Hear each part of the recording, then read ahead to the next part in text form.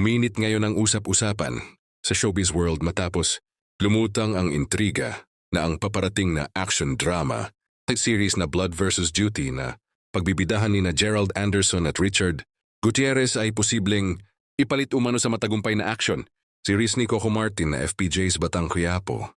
Dahil parehong heavy action at puno ng drama at asintensi ng mga eksena ang tema ng dalawang proyekto, hindi maiwasan ng netizens na ikumpara ang dalawa.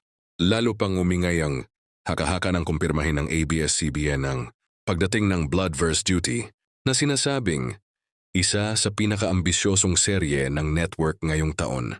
Sa ni Blood vs. Duty, muling sasabak sa action role sina Gerald at Richard, dalawang aktor na kilala sa pagiging bankable pagdating sa ganitong genre. Kasama rin sa serye ang ilang bigating pangalan sa industriya, dahilan para mas lalong tumaas ang interes ng mga manonood at fans ng action-packed teleserye. Gayunpaman, nilinaw ng ilang source na wala pang opisyal na pahayag mula sa ABS-CBN kung ang Blood vs. Duty nangabi ang direktang papalit sa FPJ's Batang Quiapo. Then, patuloy pa ring namamayagpag sa ratings at online engagement ang serye ni Coco Martin, kaya't malabo umanong basta-basta itong tapusin o palitan.